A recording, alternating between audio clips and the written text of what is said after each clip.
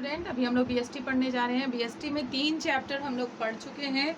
आज हम लोग आगे से चौथा चैप्टर पढ़ेंगे, नियोजन, जिसे हम लोग प्लानिंग भी कहते हैं। अब आप ध्यान दीजिए, नियोजन जब हम लोग पढ़ेंगे तो अब नियोजन प्रबंध से संबंधित होगा। इसलिए नियोजन में हमें ये पता होना चाहिए कि प्रबंध किसे कहते हैं, प्रबंध का क्या अर्थ है और प्रबंध में क्या क्या क्रियाएं आती है जिसे हम नियोजित करते हैं। और नियोजन चैप्टर पढ़ने के लिए प्रबंध चैप्टर को जानना बहुत ज़रूरी है। इसीलिए आज हम लोग जो 4th चैप्टर पढ़ रहे हैं उससे पहले 2nd चैप्टर में हमने प्रबंध पढ़ा है। इसलिए आप पहले पीछे का वीडियोस देखेंगे, उसको कॉपी में नोट डाउन करेंगे, उसके बाद आगे का वीडियोस आपको समझ में आएगा, आगे का चैप्टर्स आपको समझ में आएगा। चलिए हम लोग आज पढ़ते हैं, नियोजन किसे कहते हैं। नियोजन को हम इंग्लिश में कहते हैं प्लानिंग। तो नियोजन से अगर हम ना भी समझ सके तो प्लानिंग से बहुत अच्छे से क्लियर हो जाता है कि किसी चीज़ को प्लान करना, किसी चीज़ के लिए प्लान बनाना ही नियोजन कहलाता है। फिर भी एक बार आप समझ लिए, नियोजन प्रबंध का प्रमुख एवं प्राथमिक कार्य है। देखिए ये बहुत इंपॉर्टेंट वर्ड्स है, प्रमुख और प्राथमिक कार्य, क्योंकि प्रबंध का, नियोजन प्रबंध का डैश डैश कार्य है, ये आ सकता है, या 1 नंबर के क्वेश्चन में आपको पूछ सकता है कि नियोजन प्रबंध का क्या है। ठीक है, तो आप इस चीज़ को पहले ध्यान देंगे कि नियोजन प्रबंध का प्रमुख एवं प्राथमिक अंग है। इसीलिए हमने आपको कहा कि नियोजन को पढ़ने से पहले हमें देख लेना है कि प्रबंध किसे कहते हैं। तो पीछे के वीडियो में मैंने बहुत अच्छे और डिटेल से आपको बता दिया है कि प्रबंध किसे कहते हैं। अभी हमें सिर्फ इतना जानना है कि नियोजन प्रबंध का प्रमुख एवं प्राथमिक कार्य है। सबसे पहला कार्य क्या है? नियोजन है। अब हम लोग देखते हैं कि नियोजन किसे कहते हैं। व्यक्ति जो कुछ कल्पना कर सकता है उसे वह पूर्ण करने की कोशिश करता है, या नियोजन भविष्य में किए जाने वाले वह काम है जिसे पहले ही निर्धारित कर लेना पड़ता है। ठीक है, मैंने आपको समझाया, व्यक्ति जो कुछ कल्पना कर सकता है। हम लोग कल्पना तो बहुत कुछ कर सकते हैं, पर कुछ ऐसी कल्पना जिसे करने के लिए हमें नियोजन करना पड़ता है, मतलब प्लानिंग करना पड़ता है। हम हर काम के लिए अगर पहले से प्लानिंग कर लेते हैं तो हम देखते हैं कि वो काम बहुत अच्छे ढंग से हो जाता है। क्योंकि जब हम किसी काम की प्लानिंग करते हैं तो हम 2 तरह से सोचते हैं, ये काम करने से हमें क्या लाभ होगा, या ये काम हम करेंगे तो हमें क्या हानि होगी। तो इस तरह अगर हम पहले ही देख ले कि इस काम को करने से हमें क्या लाभ है और क्या हानि है, तो हम उस काम को अच्छे से कर पाएंगे, ताकि इसमें हानि कम हो जाए और लाभ अधिक हो जाए। ठीक है, तो हम देखते हैं, वह व्यक्तियों द्वारा लक्ष्यों का निर्धारण करने तथा उन तक पहुंचने का मार्ग है। नियोजन क्या है? व्यक्तियों द्वारा लक्ष्यों का निर्धारण करने और उन तक पहुंचने का मार्ग है। यह इस बात का पूर्व निर्णय है कि लक्ष्यों की प्राप्ति के लिए भविष्य में क्या करना है, कब करना है और कैसे करना है। नियोजन की सबसे बड़ी कड़ी यही है। जब भी किसी चीज़ की प्लानिंग बनाई जाती है तो हम क्या देखते हैं, इस चीज़ को कब करना है, इस चीज़ को कैसे करना है और इस चीज़ को किन के द्वारा करना है। ठीक है, मतलब जो कार्य हम करेंगे उसमें कौन कौन सम्मिलित होगा। नियोजन का अर्थ एवं अवधारणा आप लोग देख लीजिए। नियोजन का अर्थ, नियोजन जो मैंने आपको ऊपर में बताया उसे आप शॉर्टकट में अपनी कॉपी में लिख लेंगे, और अभी मैं आपको लिखवा दे रही हूँ नियोजन का अर्थ एवं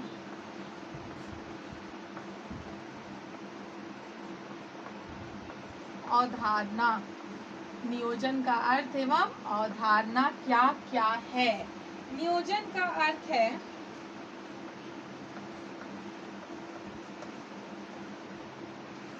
नियोजन का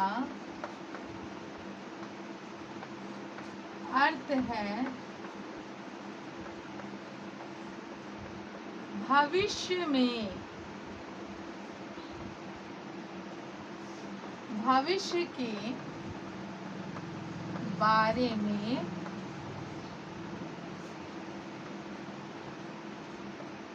अनुमान लगाना।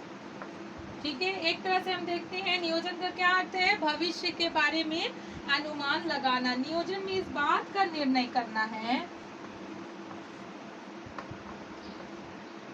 नियोजन में इस बात का निर्णय करना है कि हमें क्या करना है, कब करना है और किसके द्वारा करना है। ठीक है, आपको समझ में आ गया नियोजन का अर्थ एवं अवधारणाएं क्या क्या हो जाएगी।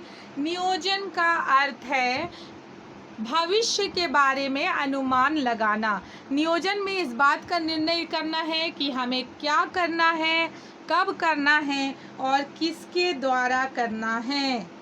ठीक है, मतलब कि हम देखिए जब भी हमको ये चैप्टर पढ़ रहे हैं तो हमको पता है कि हमको सबसे पहले अपने बिजनेस को ध्यान में रख कर चैप्टर को पढ़ना है। ठीक है, हम लोग बीएसटी में यही समझ रहे हैं कि हमारा बिजनेस कैसा होना चाहिए, हम उसे किस तरह से नियोजित कर सकते हैं। तो जब भी हम कोई बिजनेस बनाते हैं या कोई बिजनेस को स्टार्ट करने की तैयारी करते हैं तो हम देखते हैं कि हम पहले क्या करते हैं, एक अनुमान लगा लेते हैं, हमें इस चीज़ का बिजनेस करना है या कब करना है, कैसे करना है और किसके द्वारा करना है, मतलब किन किन व्यक्तियों को इसमें साथ रखना है और किन किन लोगों को इसमें साथ नहीं रखना है। किसी भी कार्य को करने के लिए नियोजन बहुत ही आवश्यक थिंग है, क्योंकि जब आप जान लेंगे कि हाँ इस चीज़ को इस तरह से नियोजित करना है तो वो चीज़ हमारे लिए बहुत ईजी हो जाती है।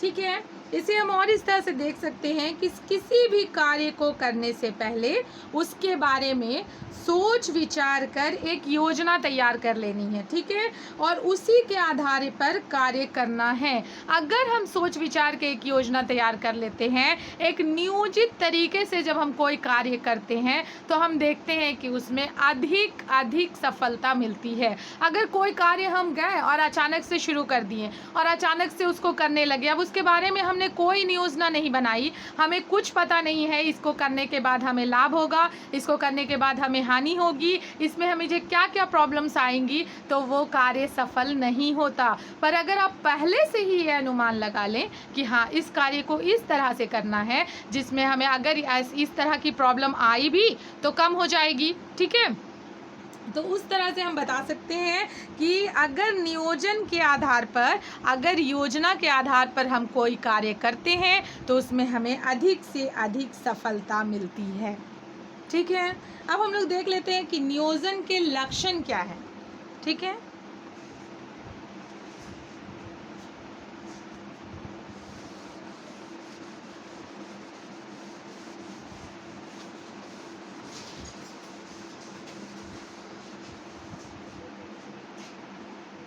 देखिए हमें देख लेना है नियोजन के लक्षण अथवा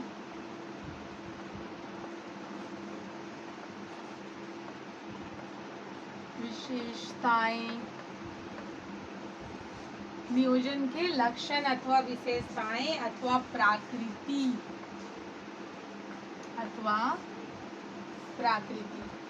सब कुछ एक ही में आ जाता है। ठीक है, नियोजन के लक्षण, नियोजन की विशेषता और नियोजन की प्रकृति एक ही, जो पॉइंट्स नियोजन के लक्षण के वही विशेषता के और वही प्रकृति के हो जाएंगे। तो आपको ध्यान देना, आपको क्वेश्चन में कुछ भी पूछे नियोजन के लक्षण क्या है या नियोजन की विशेषता क्या है या नियोजन की प्रकृति क्या है, तो हम इसी पॉइंट्स को लिखेंगे।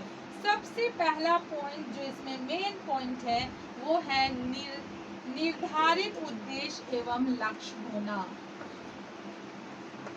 निर्धारित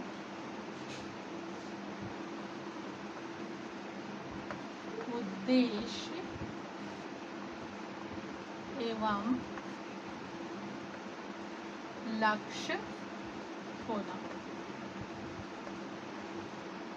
प्लानिंग की ही उसी के लिए जाती है। हम प्लानिंग क्यों कर रहे हैं? जब हमें कोई कार्य करना है तभी हम प्लानिंग कर रहे हैं, तो उसका निर्धारित उद्देश्य एवं लक्ष्य होना चाहिए। जब कोई प्लानिंग करना है हमको, तो हमको पता होना चाहिए कि हमको इतना प्रोडक्ट, मान लीजिए कोई व्यवसाय को ले लेते हैं, तो व्यवसाय में हम देखते हैं कि हम ऐसा लक्ष्य बनाते हैं कि हमको यहाँ तक पहुँचना है, इतना प्रॉफिट तक हमको पहुँचना है, या इस चीज़ को हमको छूना है। तो एक मतलब लक्ष्य होना चाहिए, एक निर्धारित उद्देश्य होना चाहिए, तभी हम उस पे सफल हो पाएंगे। दूसरा हम देखते हैं पूर्वानुमान लगाना। पूर्वानुमान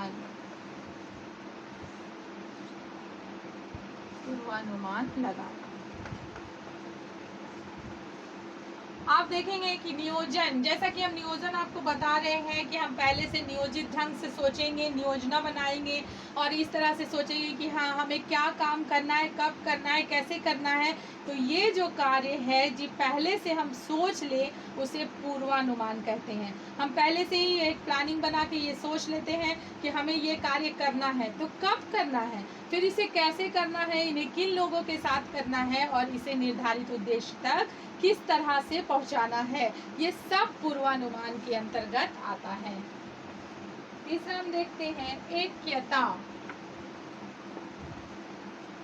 ये ऐक्यता को अगर हम इंग्लिश में बोले तो होता है यूनिटी। ऐक्यता अगर आप ना समझ पाए तो यूनिटी तो समझ में आता है कि यूनिटी हम किसे कहते हैं। ऐक्यता भी नियोजन का एक आवश्यक लक्षण है। एक समय में, ध्यान देंगे, एक समय में एक ही कार्य करना, एक ही योजना को पूरा किया जा सकता है। ठीक है, हम जो भी योजना बनाए हैं वो एक ही योजना एक समय में पूरी हो सकती है।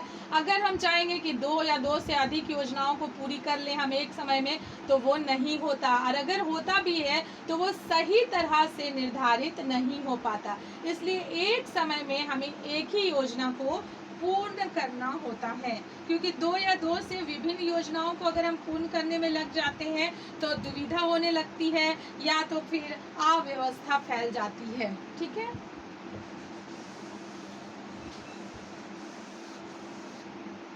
फोन नंबर देखेंगे, विभिन्न वैकल्पिक क्रियाओं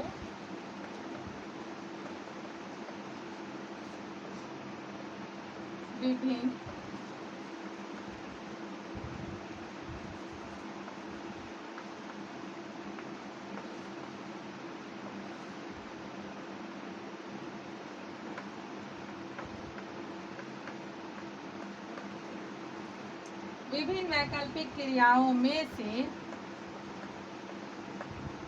श्रेष्ठ या सर्वोत्तम का चुनाव,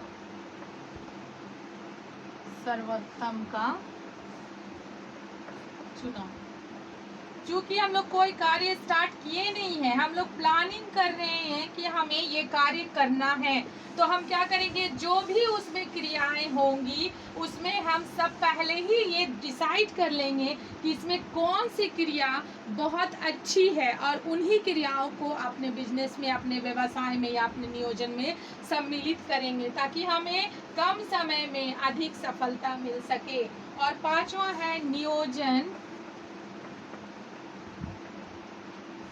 की सर्वव्यापकता। नियोजन हर जगह ज़रूरी है। नियोजन की ज़रूरत हर जगह है, हर फील्ड में हमें नियोजन की आवश्यकता पड़ती है। तो इस तरह से इसमें और भी कुछ पॉइंट्स हैं, वो मैं आप लोग को कल लिखवाऊंगी। इतने पॉइंट्स को आप पहले कॉपी में नोट डाउन कर लेंगे। ठीक है, थैंक यू।